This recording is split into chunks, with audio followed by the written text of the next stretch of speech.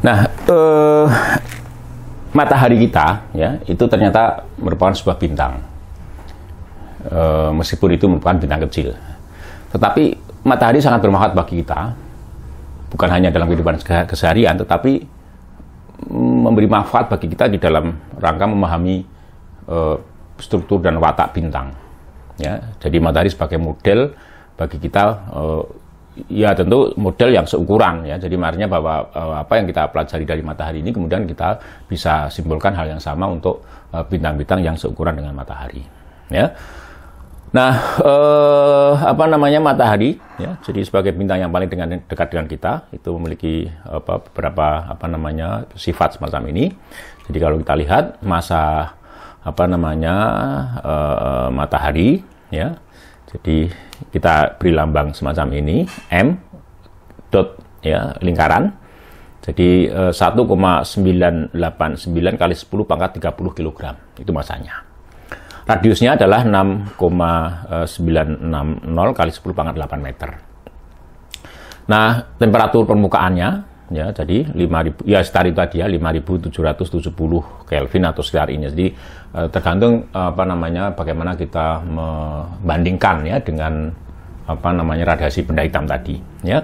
Kemudian luminositasnya itu 3,9 kali 10 pangkat 26 watt gitu ya. Kemudian apparent visual magnitude itu minus 26,78. Nanti mungkin kita bicara lebih lanjut tentang ini ya. Kemudian absolute magnitude-nya sekian ya dan sebagainya ya. Jadi itu apa namanya atau yang besaran-besaran yang mungkin penting bagi kita ya apa namanya ini sebagai contoh ya di kecepatan ya 19,9 ini kecepatan permukaan ya. Kemudian distance from galactic center, jadi jarak matahari kita dari pusat galaksi itu adalah 8,5 kiloparsec. Ya, nanti mungkin kita juga akan bahas tentang satuan parsec atau kiloparsec itu ya. Good. Matahari merupakan bintang biasa ya, tergolong dalam barisan utama. Kemudian dapat berperan sebagai model bagi bintang-bintang lain dalam barisan utama itu. Ya. Good. Nah, ini beberapa foto ya, jadi yang diambil dari teleskop ya. Ini menggunakan sinar inframerah gitu. Kemudian ini menggambarkan apa yang disebut sebagai coronal mass ejection gitu dari matahari. Jadi semburan massa dari korona itu ya. Nanti kita bahas ya. Nah, ini gambar lain ya, jadi dengan teleskop ultraviolet ya. Kemudian ini teleskop sinar X ya, itu menghasilkan gambar matahari semacam ini dari satelit Jepang ya.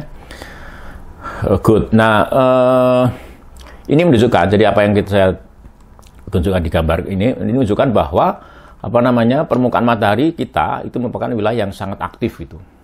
Penuh pergolakan, penuh gejolak gitu ya. Nah, misalnya ya di sana akan nanti kita lihat ada lidah api matahari atau yang disebut sebagai solar flare. Kemudian pancaran massa corona atau semburan massa corona, coronal mass ejections. Lalu semburan angin matahari, solar wind. Nanti juga ada badai matahari ya, kemudian bintik-bintik matahari atau sunspots gitu. Nah, itu hal-hal yang akan mencerminkan gejolak yang ada di matahari itu. Good. Kalau kita lihat anatomi matahari ya, maka matahari akan tersusun atas beberapa bagian ini. Jadi mulai dari yang paling dalam itu inti, core ya. Di dalam inti temperaturnya sekitar 15 juta Kelvin. Jadi Anda bisa bayangkan ya, jadi suatu bahan, suatu wilayah ya dengan temperatur 15 juta Kelvin ya. Kemudian bagian ini radiatif ya. Kemudian di atasnya ada bagian konvektif. Lalu yang hijau ini adalah fotosfera. Ini yang temperatur yang disebut temperatur matahari itu permukaannya ini tadi. Jadi fotosfera ini yang kita sepakati sebagai permukaan matahari. Lalu di atasnya lagi ada kromosfer. Jadi kromosfer ini sangat renggang. Sehingga kemudian kromosfer ini tidak mungkin dilihat dengan mata telanjang. Ya, kenapa? Karena akan silo oleh fotosfera itu. Kemudian korona. Jadi yang paling luar itu korona. Jadi kalau orang ditanya apakah bentuk matahari itu, jadi sesungguhnya bukan bulat ya, bukan bola gitu ya, tapi nggak karuan gitu. Tapi memang ada wilayah-wilayah yang memang berbentuk bulat semacam itu ya. Oke. Nah, fotosfer yang sekarang. Jadi permukaan matahari yang terang benderang disebut fotosfer. Yang kita lihat dari bumi itu disebut fotosfer. Nah, memang bentuknya bulat ya. Jadi kalau kita melihat matahari dengan mata telanjang, tentu dibantu dengan filter ya, itu akan terlihat sebagai bulat. Itu adalah fotosfer itu, yang kita lihat itu. Tebalnya hanya sekitar 300 sampai 500 km ya. Radius fotosfer itu sekitar ini ya, 6,96 kali 10 pangkat 5 km. Ini yang disebut sebagai radius matahari. Jadi kalau diukur ukuran korona itu akan sangat besar sekali. Jadi bahkan mungkin kita ini di bumi ini ada di dalam korona matahari gitu ya. Tapi yang sering disebut sebagai radius matahari adalah radius fotosfera ini ya. Good. Nah, fotosfera atau fotosfer itu memancarkan radiasi elektromagnetik dengan berbagai panjang gelombang. Mulai dari sinar X, ultra ungu, cahaya tampak, inframerah sampai gelombang-gelombang panjang. Nah, sebagaimana yang terlihat dari spektrum matahari ya, yang tadi kita bicarakan di atas tadi. Nah, itu ya. Nah, kemudian luminositas matahari itu adalah 3,85 kali 10 pangkat 26 watt. Nah, jika diumpamakan sebagai sebuah lampu dengan efisiensi 100%, jadi bahwa semua energi listriknya itu diubah menjadi energi cahaya, maka matahari kita ini adalah lampu dengan watt ya, itu sekitar dengan daya sekitar 3,85 kali 10 pangkat 26 watt. Jadi Anda bisa membayangkan lampu dengan daya 1000 watt gitu. Itu udah lumayan besar gitu ya. Jadi kalau Anda masuk ke studio TV gitu ya, itu cahaya dari berbagai macam lampu itu cukup dengan daya cukup tinggi gitu ya. Tapi ini jauh lebih daripada itu gitu. Jadi 3,85 kali 10 pangkat 26 watt gitu. Jadi 3,85 dengan nolnya itu sebanyak itu tadi. Sebanyak ya 385 dengan nol sebanyak 24. Ya, jadi bisa dibayangkan. Sehingga kemudian kalau kita membawa lampu ya dengan daya yang cukup tinggi keluar ya di siang hari bolong, itu tidak akan ada apa-apanya dengan sinar matahari. Ya memang betul, karena memang kalau matahari itu dipandang sebagai sebuah lampu itu ya, maka yang efisiensinya 100% itu adalah lampu dengan daya ini sekian watt ini gitu. Oke, jadi dari sini kita bisa membayangkan atau bisa memahami dengan lebih baik ya tentang luminositas matahari itu ya. Nah, fotosfer itu sesungguhnya adalah lapisan gas yang renggang ya, dengan rapat massa kira-kira 10⁻³ kg per meter kubik. Nah, sekitar 1000 kali lebih renggang dibandingkan dengan rapat massa udara di permukaan bumi. Jadi oleh karena itu sesungguhnya rapat massa matahari itu jauh lebih kecil jika dibandingkan rapat massa bumi gitu ya. Nah, gejala yang paling jelas pada fotosfer adalah adanya bintik-bintik gelap yang disebut bintik-bintik matahari atau sunspot gitu. Ukuran bintik-bintik matahari itu bervariasi ya, dari yang kurang dari 300 km sampai yang berukuran sekitar 100.000 km gitu. Ya. Nah, ini ya, jadi ini foto dari matahari dan ini yang disebut sebagai sunspot itu. Ya, jadi sunspot ini ternyata merupakan simbol dari aktivitas matahari. Ya, semakin banyak sunspot yang kita lihat di permukaan matahari, maka semakin aktif matahari itu. Ya, good. Ini kalau jika dibandingkan ini sunspotnya itu, maka bumi itu ukurannya sekian ini. Jadi Anda bisa bayangkan ya ukuran sunspot itu. Ya, jadi cukup besar gitu ya, dan seukuran bumi itu. Ya, itu. Nah, bintik-bintik matahari adalah lubang di fotosfer, tempat keluar dan masuknya garis-garis gaya magnet itu ya. Nah, terdapat kesetimbangan sehingga temperatur di wilayah-wilayah itu lebih rendah daripada yang lain ya, ini ya. Jadi ini sunspot itu tempat keluarnya medan garis-garis gaya magnet dan masuknya garis-garis gaya magnet itu ya. Sehingga kemudian bisa disimpulkan ya kenapa sunspot itu lebih gelap daripada tempat lain. Jadi sebenarnya tidak hitam ya. Jadi warnanya tidak hitam. Tapi karena temperaturnya lebih rendah, maka tidak lebih benderang ya daripada di sekitarnya. Jadi kalah benderang ya daripada tempat-tempat di sekitarnya, sehingga kemudian akan tampak lebih gelap gitu. Good, ini gambaran lebih dekat tentang sunspot itu ya. Nah, dari situ kita lihat, jadi ini fotosfer ya. Jadi itu ada granulasi gitu ya istilahnya. Dan itu sebenarnya adalah nanti bisa kita ambil kesimpulan bahwa di bawahnya ini ada konveksi gitu. Jadi kalau Anda memasak air gitu ya, dan air itu mendidih, maka air itu akan ada menggumpal-gumpal ya. Jadi kira-kira ini sama gitu. Jadi ini semacam air yang menggumpal-gumpal itu ya, itu permukaan fotosfer itu ya. Oke, nah ini perbandingan antara dua keadaan. Jadi ini dari Soho ya. Ini potret pada dengan UV ya. Jadi teleskop UV ya, 3 Juli 1996, ini 4 Desember 2001. Jadi ini adalah ketika matahari pada aktivitas minimum, maka tidak banyak terlihat sunspot di situ. Jadi ini sunspot ya, jadi karena UV ya nampak akan terbalik di situ ya. Jadi sesungguhnya yang terang benderang itu juga ini yang ini. Jadi yang tampak di dalam gambar itu terang benderang itu sesungguhnya itu lebih gelap daripada di sekitarnya. Nah, lihat di sini, jadi sunspotnya banyak sekali nih ya. Jadi ini menunjukkan bahwa sunspotnya itu cukup banyak, dan ini adalah matahari ketika di dalam aktivitas maksimum ya. Nah, siklusnya itu 11 tahun ya. Siklusnya 11 tahun ya. Jadi ini antara aktivitas minimum dan aktivitas maksimum. Ini kompilasi ya dengan teleskop sinar X ya. Jadi ini juga sunspotnya di sini nih. Jadi ini minimum, ini sekitar maksimum di sini ya. Oke. Nah, ini juga data-data yang ini jumlah sunspot ya yang diukur atau dihitung dari mulai tahun 1870, cukup lama ya, sampai 2000 ya, 2000 berapa ini, 2005 ya itu. Jadi menunjukkan aktivitas matahari itu. Nah, pernah terjadi sekitar 1958 ini, jadi matahari memiliki aktivitas maksimum yang maksimum sepanjang sejarah ya ini. Dan itu konon kabarnya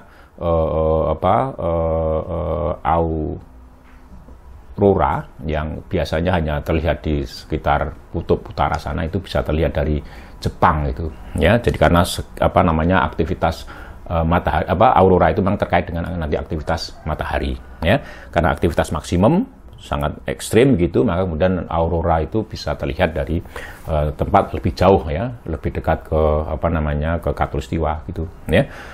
Good. Nah, sekarang kita bahas atmosfer matahari ya.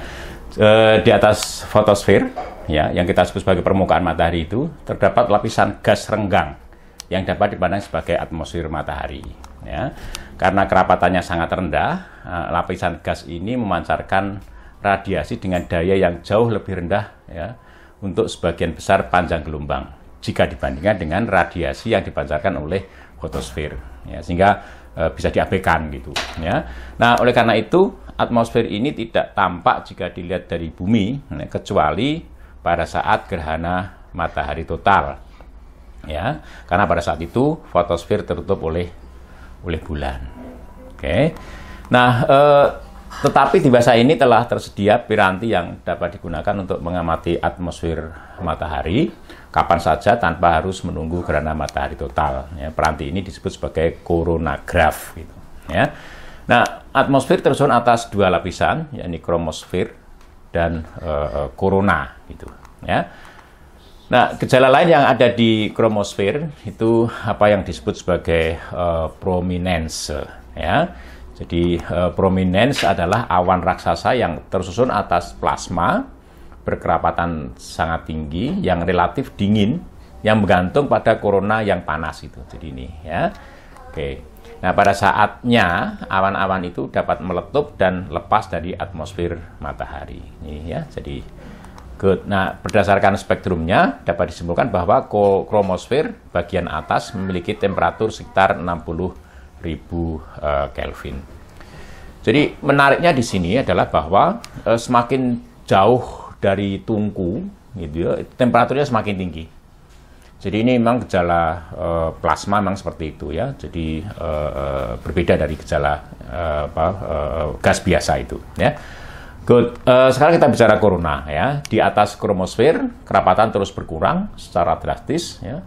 Pada wilayah peralihan sempit yang memisahkan kromosfer dari corona ya. Satu hal yang menarik adalah ya, begitu besarnya gradien temperatur ya, kurva temperatur membumbung tinggi ya. Jadi di situ itu terjadi peningkatan temperatur yang sangat tinggi gitu ya, sangat ekstrim gitu ya. Tapi di wilayah corona gradien temperatur tidak lagi begitu membubung ya, maaf ya, meskipun tetap harus terus bertambah tinggi. Jadi ini gambarnya semacam ini ya.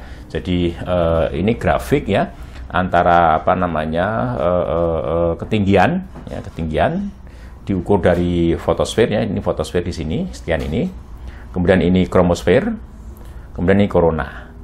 Ini sumbu yang ini menyatakan temperatur, sumbu yang ini menyatakan jumlah atau densitas ya, kerapatan jumlah hidrogen. Jumlah hidrogen tiap satu satuan volume ya, dalam ini meter kubik gitu ya. Oke, ini ya gitu. Jadi cara bacanya seperti ini. Jadi grafik yang putus-putus ini, kurva yang putus-putus ini menggambarkan temperatur. Ya, lihat di situ bahwa temperatur itu mulai dari fotosfer stabil. Kemudian ketika mendekati kromosfer juga stabil, turun sebentar, naik sedikit.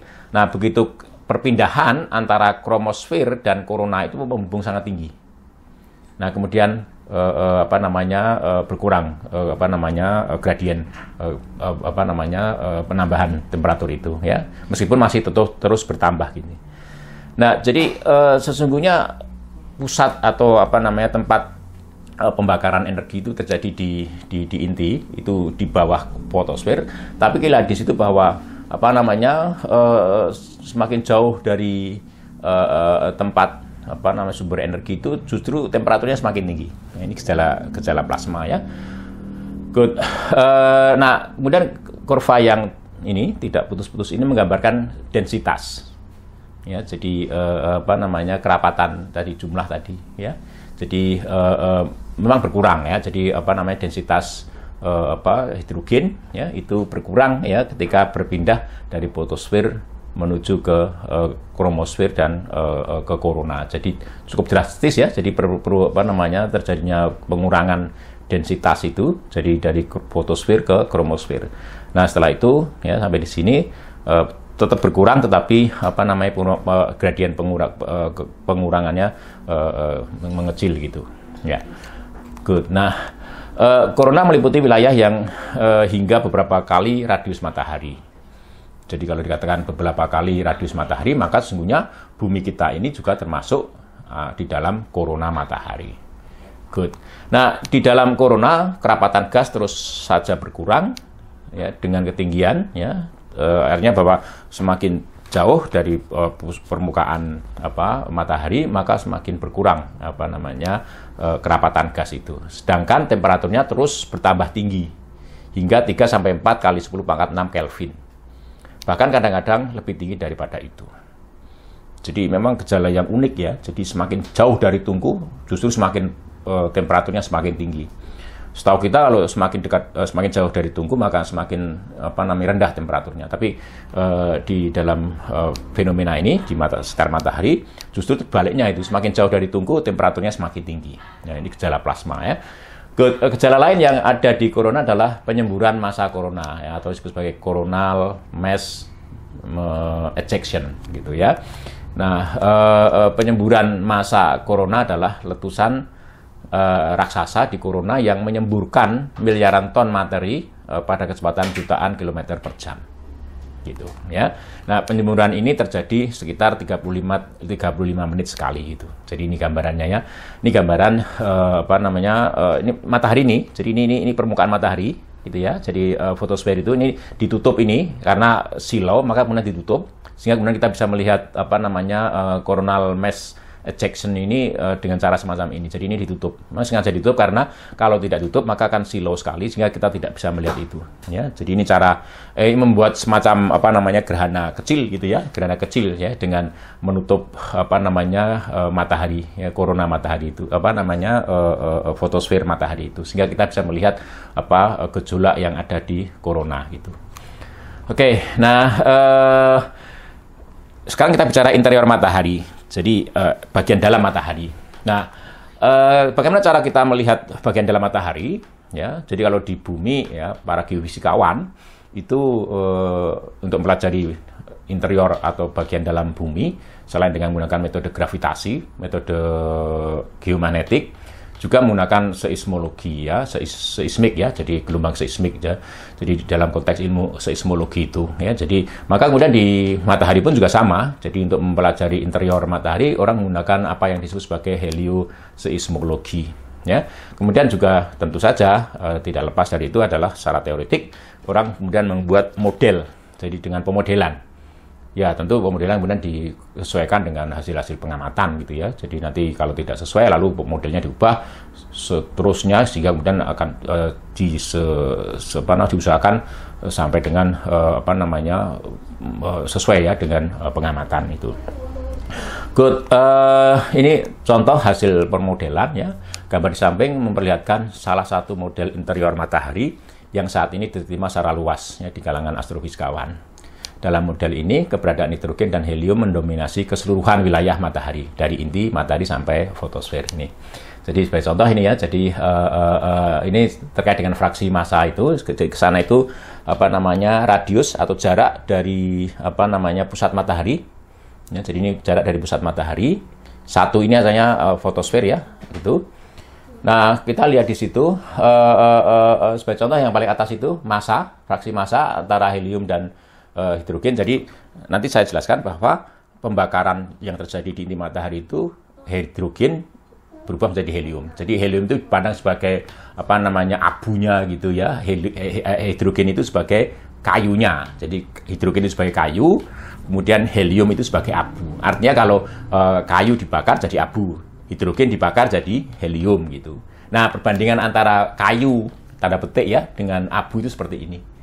Ya di apa namanya dari apa radius ya, di dalam matahari. Jadi artinya bahwa helium itu akan jatuh karena lebih berat, maka akan jatuh ke pusat matahari ya. Jadi maka logis kalau apa fraksi massa hidrogen dan helium semacam ini. Jadi semakin jauh dari pusat matahari itu akan semakin tinggi hidrogennya dan heliumnya semakin rendah gitu ya.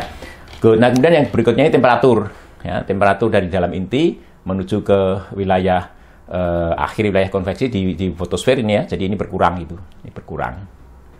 Gitu. Jadi di inti tetap paling tinggi, tapi di sini nanti akan apa namanya bertambah lagi gitu ya di sini ya. Oke, kemudian apa namanya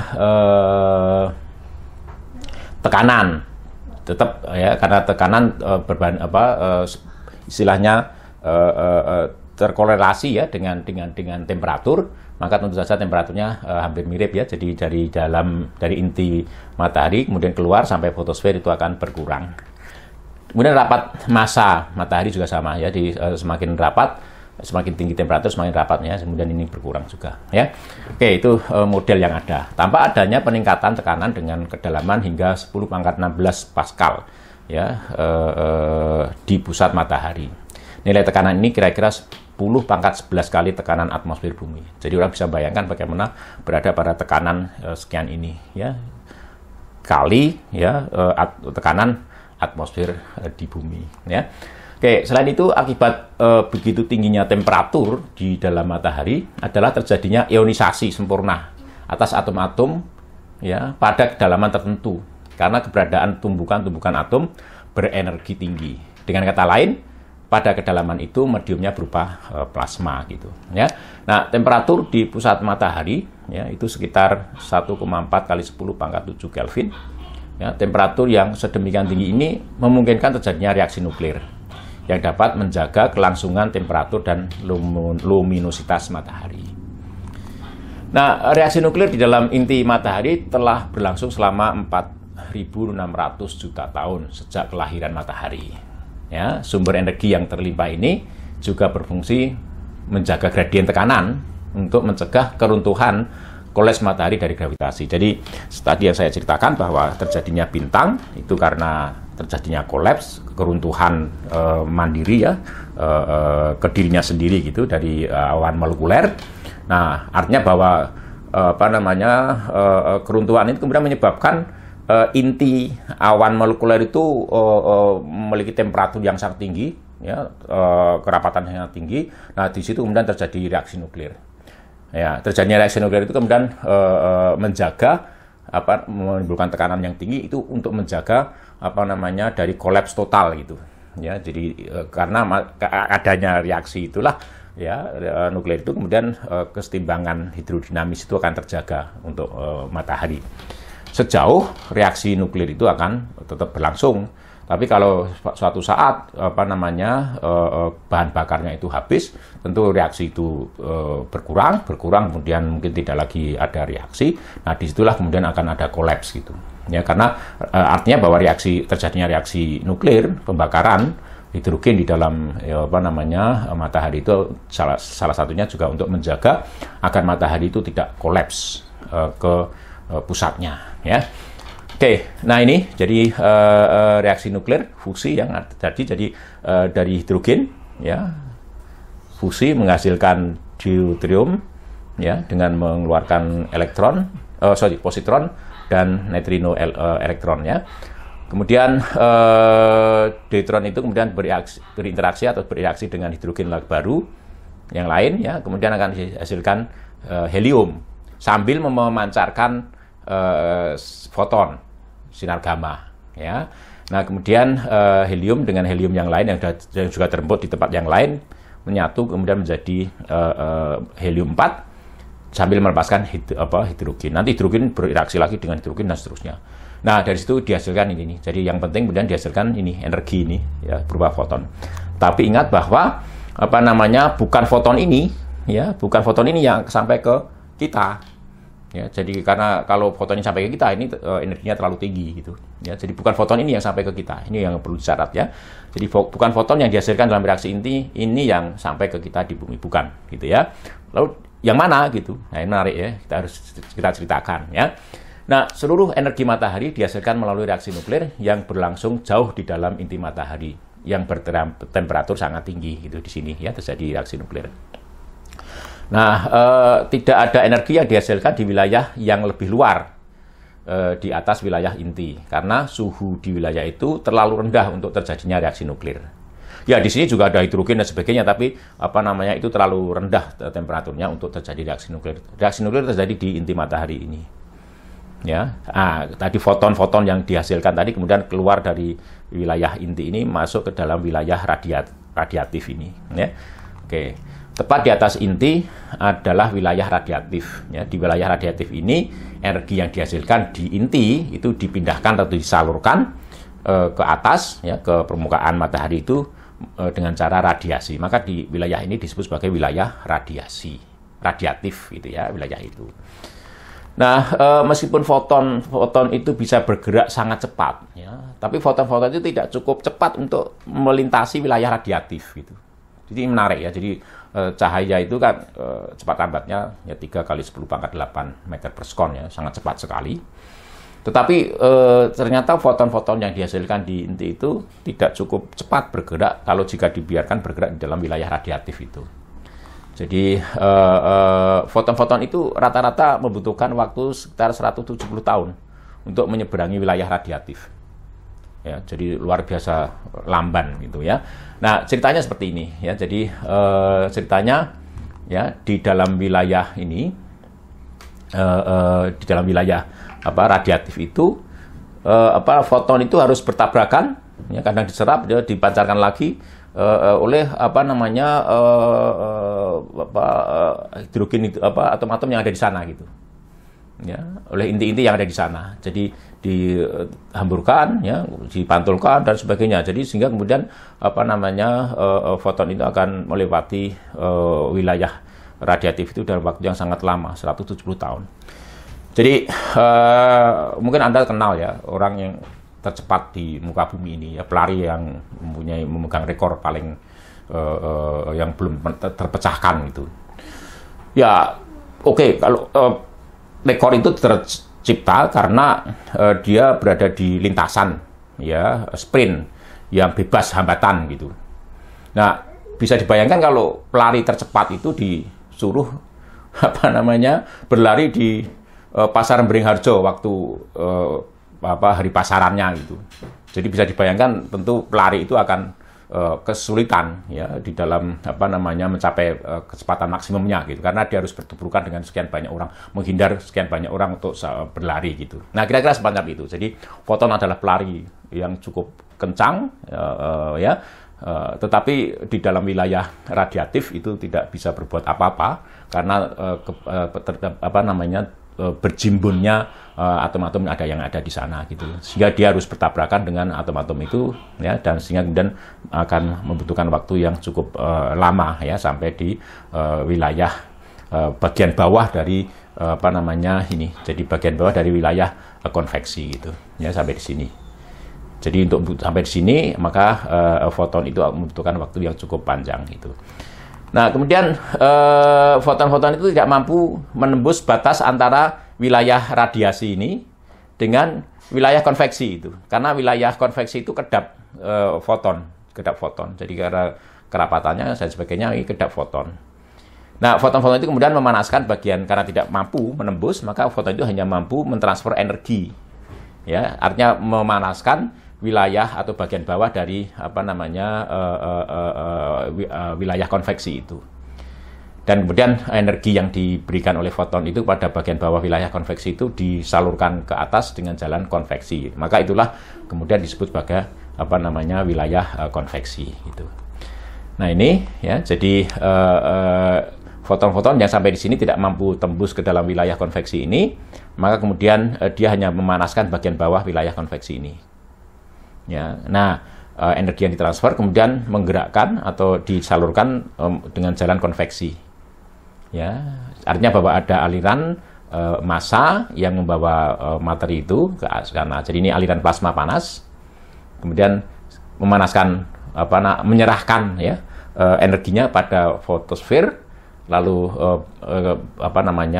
plasma yang berkurang itu tadi, yang sudah menyerahkan energinya itu kemudian turun, ya, dingin, ya, kemudian turun ke bawah kembali ke sini. Di sini dipanaskan lagi oleh foton yang berhasil lewat wilayah radiatif itu, kemudian naik lagi gitu. Jadi ya seperti kalau orang memasak air itu, ya, jadi dari bawah mendapatkan energi dari tungku, kemudian fluida atau air yang bertemperatur tinggi itu menerima panas dari tungku itu, kemudian bergerak ke atas, lalu menyerahkan kalornya itu ke udara di atasnya, kemudian dia kembali ke bawah lagi. Maka akan ada menggumpal, ya, di sini ada istilahnya bukan menggumpal, ya, jadi air itu istilahnya, jadi ya kalau dalam bahasa teknisnya granulasi gitu, ya, granulasi. Jadi peristiwa air yang istilahnya kalau orang Jawa mengatakan menggumpal, ya, gumpal. Jadi kalau bahasa Indonesianya, jadi pokoknya air itu bergerak ke atas, terlihat seperti kalau air yang sedang mendidih itulah gitu, ya, kira-kira semacam itu. Jadi dari pengamatan itu maka kemudian bisa disimpulkan hal seperti itu. Jadi ada wilayah konveksi di situ, ya. Oke. Nah, kemudian fotosfer terjaga pada suhu tertentu dan memancarkan radiasi termal sebagai benda hitam. Ya, jadi foton yang sampai ke kita itu adalah hasil radiasi termal karena fotosfer itu selalu terjaga pada temperatur tertentu itu tadi. Ya, jadi fotosfer ini yang berwarna biru hijau ini, ya, itu terjaga temperaturnya pada temperatur tertentu, ya. Kenapa? Ya tadi 5.770 ya star itu ya, atau 5.800-an ya star itu ya terjaga pada temperatur, sehingga kemudian dia akan berperilaku sebagai benda hitam sempurna dan akan memancarkan radiasi termal. Dan radiasi termal itulah yang sampai ke kita, yang kita sebut sebagai sinar matahari itu. Lihat ya, jadi bahwa sinar matahari yang sampai ke kita bukan foton yang dihasilkan dari reaksi nuklir yang ada di dalam inti matahari. Tetapi itu adalah radiasi termal karena fotosfer itu terjaga pada temperatur tertentu. Ingat ya, radiasi termal, radiasi benda hitam itu hanya bergantung pada temperatur bahan atau permukaan radiator. Dalam hal ini matahari sebagai radiator, permukaannya adalah fotosfer, dan fotosfer itu terjaga pada temperatur tertentu karena adanya penyaluran energi dari dalam ya melalui proses tadi ya wilayah radiatif, wilayah konvektif. Nah, kemudian fotosfer terjaga pada temperatur sekitar 5.800 Kelvin. Nah, sebagai benda hitam, maka kemudian dia memancarkan radiasi termal. Dan radiasi termal itulah yang sampai ke kita sebagai sinar matahari. Nah, nih ya, jadi spektrumnya semacam ini. Oke, saya rasa sampai di sini dulu. Terima kasih. Ya, nanti kita lanjutkan di bagian yang lain. Ya, Assalamualaikum warahmatullahi wabarakatuh.